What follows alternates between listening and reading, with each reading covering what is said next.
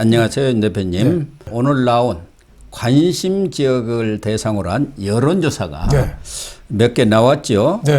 좀 소개를 한번 해주실래요? 네, 뭐 중앙일보에서 뭐 갤럽하고 같이 조사를 했습니다. 11일부터 14일 가장 최근에 나온 거니까 따끈따끈한 거죠. 이거 보니까 한 6군데 정도 나왔는데 절대 방심하면 큰일 나겠다. 조심할수록 몸을 정말 낮춰야겠다 이런 생각이 들어요. 맨 먼저 계양을입니다. 거기가 이재명 대표가 48%, 원희룡 전 국토부 장관 국민의힘에서 나왔죠. 40%, 한 8%포인트가 차이가 납니다. 그러네요. 그렇지만은 아직은 뭐 따라가지는 못했지만은 뭐 얼마든지 그렇죠. 이재명 대표가 방어하는 입장이고 공격하는 입장에서 8%포인트면 상당히 접근했다. 그리고 지난번에 선거구 조정할 때 이재명 대표 민주당에 유리한 동을 또 끌어들였거든요. 그럼에도 불구하고 8%라는 거는 제가 보기엔 조금만 더 박차를 가면은 엎을 가능성이 상당히 있다. 뭐 이렇게 봤습니다. 서울 지역이 아주 관심사네요.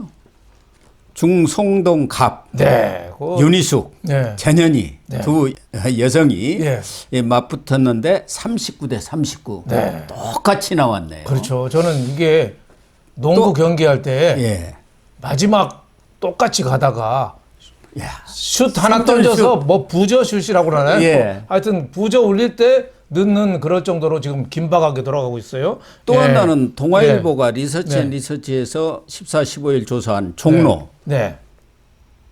최재형 국민의힘 후보고 민주당 곽상은 후보 노무현 사이 아닙니까? 그렇죠. 여기도 40대 40 똑같아요. 서울 지역이 지금 박빙해. 그냥 뭐 초접전 상황 아닙니까? 피 터지는 싸움이에요. 정말 뭐 이 전쟁 났을 때 고개 들면 총 맞잖아요. 이게 선거도 똑같습니다. 헤드업 하면은 머리 들면은 그냥 망하는 그런 곳으로 가고 있습니다. 종로에서는 그 최재형 의원이 방어적인 입장이고 곽상도 노무현 사위 곽상언이죠. 이 양반이 이제 공격하는 입장인데 지금 똑같죠. 그리고 이제 금태섭 전 의원 이분이 이제 5.3%를 했습니다. 그래서 아주 뭐 일진일퇴, 일촉즉발 아주 팽팽한 대결이 지금 벌어지고 있습니다. 양산을 여기도 진짜 관심사입니다. 양산을도 아주 재밌죠. 거기는 이제 김두관 민주당 의원이 지금 방어하는 입장이죠. 방어하는 입장이고 뭐 문재인도 뭐 그쪽 동네 살기 때문에 관심을 끄는데 김태호 의원이 상당히 선전을 하고 있어요. 김태호 국민의힘 의원이 45%인데 김두관 민주당 의원은 41%. 그냥 4% 눌렀어요. 과거에 오래전에 그 경남도지사 선거 때도 김태호 의원이 김두관 눌렀거든요. 사람마다 그 악연이 있습니다. 꼭 투수도 약한 사람이고 어제도 오타니 그 유명한 일본 선수가 삼진 2번 당했잖아요.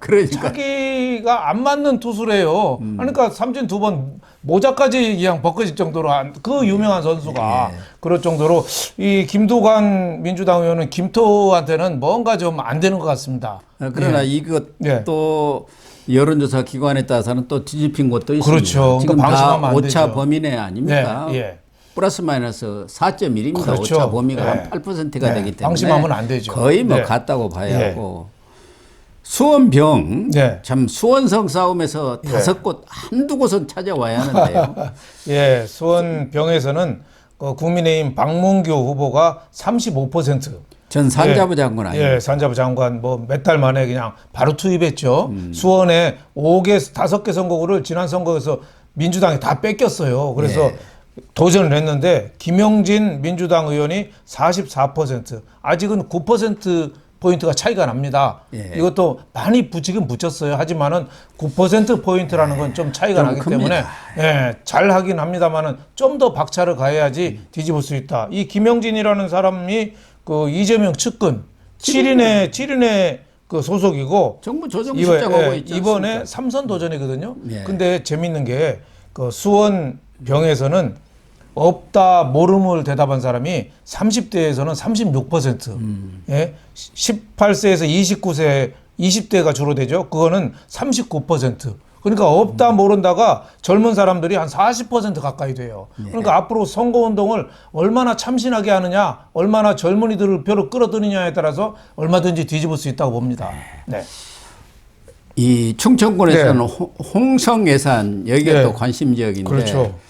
강승규 전 대통령실 시민사회 수석이 46, 양순교 전 충남지사가 37로 여기는 강승규 후보가 꽤 앞선 그런 결과가 나와 있네요. 그래서 그렇죠. 전체적으로 보면은 지금 서울 지역 두 지역 관심 지역 했는데 동일하죠. 이 지지율이 나왔고 다른 지역 네 곳은 2대2로 똑같습니다. 그렇기 때문에 지금 정말 이 총선이 한 치 앞을 내다볼 수 없을 정도로 박빙의 싸움을 벌이고 있다. 그렇죠. 박빙의 싸움을 벌이고 있고 여기에 대해서 국민의힘이 절대 낙관을 하면 안 됩니다. 왜냐하면 종로하고 중성동 갑은 그래도 국민의힘에서 유명한 후보를 낸 거예요. 최재형 후보라든지 윤희숙 전 의원이라든지 이미지도 좋고 비교적 깔끔한 사람들을 내세웠거든요. 그런데도 똑같다는 거는 서울 다른 지역에는 잘 모르는 후보도 상당히 있거든요. 민주당 의원이 몇 선을 계속해서 조직을 탄탄히 장악한 데가 있거든요. 그걸 뒤엎으려면은 후보 개인 노력도 좀 필요하고 당 차원이나 대통령실 차원에서도 좀 결단해야 하는 태도, 그게 좀 저는 승부수가 가를 걸로 이렇게 보여집니다. 그리고 월요일이 되면 리얼미터가 여론조사가 나오고 금요일에는 갤럽이 나옵니다.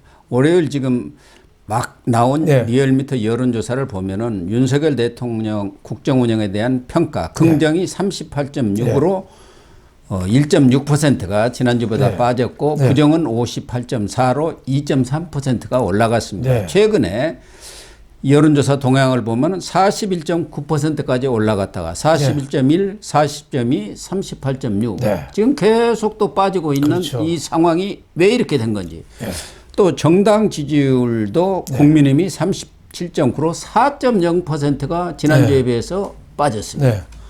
민주당은 40.8%로 2.3%가 빠졌어요. 둘 다 빠졌지만 국민의힘이 훨씬 더 많이 빠졌고 얼마 전에는 국민의힘이 뭐 7개월 만인가 6개월 만에 민주당을 뒤집었다 해가지고 이렇게 화제가 됐는데 다시 역전된 그런 상황입니다. 이런 결과들을 보면은 국민의힘이라든가 대통령실이 어떻게 처신을 해야 하는지가 명확히 나오고 있는 것 중요하죠. 같습니다. 아주 중요한 시점이 있구나. 대통령 지지율은 영남, 호남에서는 큰 차이가 없습니다. 영남은 국민의힘이 강세고 호남은 민주당이 강세이기 때문에 대통령 지지율은 큰 차이가 없는데 대통령 지지율하고 수도권 표심은 상관계수를 역대 정치학자가 분석해 봤더니 0.7이랍니다. 1은 똑같이 가는 건데 0.7 대통령 지지율이 거의 같이 가는 거예요. 그러니까 최근에 윤 대통령에 대한 부정적인 이 지지 이쪽이 2.3%나 올라가지고 58%가 됐다는 거는 뭔가 좀 결단이 좀 필요하지 않느냐 뭐 이런 생각이 좀 들어요. 굉장히 어떻게 보면은 안심할 수가 없다 이렇게 보여지고 또 하나 꼭 좀 기억해야 될 거는 저 민주당 지지율하고 조국 신당 그 범죄자들 모인 데 있잖아요. 민주당 지지율만 보지 말고 조국 신당 지지율하고 민주당을 합쳐서 봐야 됩니다. 그렇습니다. 어차피 조국하고 민주당 합칠 거거든요. 그렇기 때문에 국민의힘이 지금 조국 신당 지지율이 높아지고 있거든요. 예를 들면 뭐 비례를 리얼미터 조사하는 거 보니까 국민의 비례가 31.1%. 조국 신당이 2등이에요. 민주연합당을 앞섰어요. 조국 신당이 26.8%. 더불어민주연합, 민주당 위성정당이죠. 이게 18.8% 하면은 합치면은 한 45%가 돼요. 국민의힘은 31%고 한 14포인트 정도가 차이가 나거든요. 국민의힘이 정말 정신 바짝 차리고 이 허리띠를 졸라매고 눈 부릅 떠야지 이거 뒤집을 수 있습니다. 그렇습니다. 윤 대표님 말씀하신 대로 지금 여야가 초접전 상태가 벌어지고 있는데 여야 모두 악재가 터져서 수습에 골몰하고 있는 형국인 것 같습니다. 먼저 국민의힘부터 알아보도록 하겠는데요. 국민의힘이 최근 상승세를 좀 타고 있었어요. 그런데 그 지지율이 최근에 여러 가지 악재가 터졌는데 네. 그 중에 하나가 이제 이종섭 호주 대사건이고 네. 또 하나가 황상무 네. 대통령실 시민사회수석의 부적절한 발언 아니겠습니까? 네.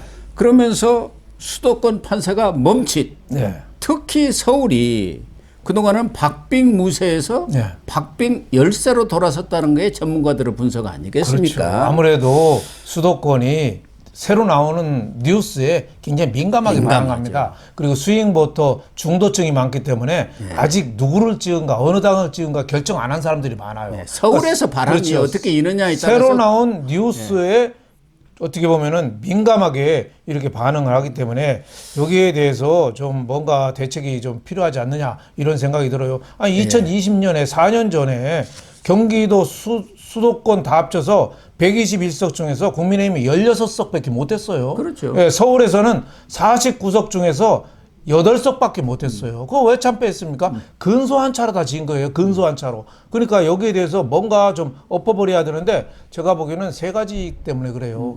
하나는 사과. 예, 먹는 사과가 어떻게 보면 지금 경제를 대변하는 거예요. 정부 책임 아니에요. 사실 따지고 보면. 하지만은 지금 경제가 어렵고 물가가 오른 거에 대한 어떻게 보면 정부 책임을 묻는 거예요. 그러니까 그렇죠. 국민의힘은 억울하긴 짝이 없지만 하여튼 안 된 거는 여당 책임이에요. 예, 그게 있고 또 이종섭, 황상무 같이 좀 예민한 부분을 법적으로는 문제가 없습니다. 하지만은 정치라는 게 법의 문제가 아니라 국민 눈높이를 맞추는 거거든요. 아니 네. 막말했다 해서 네. 무슨 법의 위반은 문제가 안 해요. 되는 거 그렇죠. 아니지 않습니까? 이종석 국방부 장관을 호주 대사로 보낸 거는 법적으로 아무 문제가 없습니다. 하지만은 최상병 사망 사건하고 해서 고발인이잖아요. 피의자 수사를 받는 와중이잖아요. 그 중에 같거든요. 그러니까 뭔가 국민 감정은 법을 무시하는 거 아니냐. 국민 정서를 무시하는 거 아니냐. 이런 얘기가 나오는 거죠. 네. 그래서 한동훈 네. 비대위원장도 상당히 이 부분에 대해서는 네. 신중한 입장을 취했는데 17일에는 칼을 빼들었죠. 네. 예. 네. 그 한동훈 비대위원장이 그 이종섭 즉시 기후해라. 그리고 황상무 거취를 알아서 판단해라. 그러니까 이종섭 빨리 들어오고 황상무는 빨리 나가라는 얘기죠. 그 얘기죠. 그 얘기죠. 사실은 이런 부분은 네. 대통령의 고유 인사권의 문제이기 그렇죠. 때문에 지금까지는 이런 부분에 대해서는 민감해서 터치를 않는 게 당이라든가 이런 게 관행 아니었습니까? 그런데 한동훈 비대위원장이 초강수랄까 승부수를 던진 거예요. 그렇죠. 지금 절박한 상황에서 그렇죠. 이 문제가 해결되지 않아 가지고는 판세를 뒤집기가 어렵다. 그렇죠. 이런 게 한 번 또 엎어지면은 그걸 이렇게 세우기 어렵지 않습니까? 그렇죠. 그러니까 빨리 조치를 취해야 지금 한다. 민주당이 공천 파동이라든지 악재가 많거든요. 이재명 엉터리 공천, 뭐 사기 공천이거든요. 이런 거에 대한 관심을 가야 되는데 지금 이종섭, 황상무 이쪽을 보느라고 민주당을 국민들이 지금 잠깐 못 보고 있어요. 이걸 하려면 여기를 빨리 끝내야죠. 근데 오늘 대통령실이 이종섭 공수처 소환 안 한다. 공수처에서 소환 안 한 상태에서 귀국하는 거는 매우 부적절하다. 그러니까 한동훈 비대위원장 말을 딱 자른 거죠. 네. 대통령실이 왜 이렇습니까? 이 정무적 판단이 있는 곳입니까? 그러니까 법률적으로는 문제가 없고 대통령의 인사권은 보호해야 된다는 대의 명분은 하긴 하죠. 하지만은 국민들이 원하는 게 뭐냐? 국민들이. 아니 대통령이 국민들의 말은 무조건 옳다. 그렇죠. 머리를 숙여야 한다. 그렇게 얘기를 했지 않습니까? 그렇죠. 지금 더군다나 지금은 총선 전국에서 그렇죠. 나라의 운명이 어떻게 되느냐를 판가름하는 거고. 그렇죠. 최상병 사망 사건은 뭐 수해 복구하다가 그 사망한 사건은 사실 뭐 군에서는 그런 일이 비일비재하죠. 하지만은 이 사건이 자꾸 커지면서 또 국방부 장관이 개입됐다는 얘기하면서 또 호주 대사로 수사 중에 발령난 사건을 보고 많은 군인뿐만 아니라 군인 가족들 또 군인을 제대한 우리나라 현역 아니라 다 예비역들 아니겠어요? 우리나라 그렇습니다. 국민 개병제에서 혹시 그 군인들에 대해서 좀 무시하는 거 아닌가? 뭐 이런 생각까지 자꾸 커지는 거예요. 그러니까 여기에 대해서는 빨리 결단을 좀 내려야지 되는데 아직 그게 좀 늦어지고 있어서 안타깝습니다.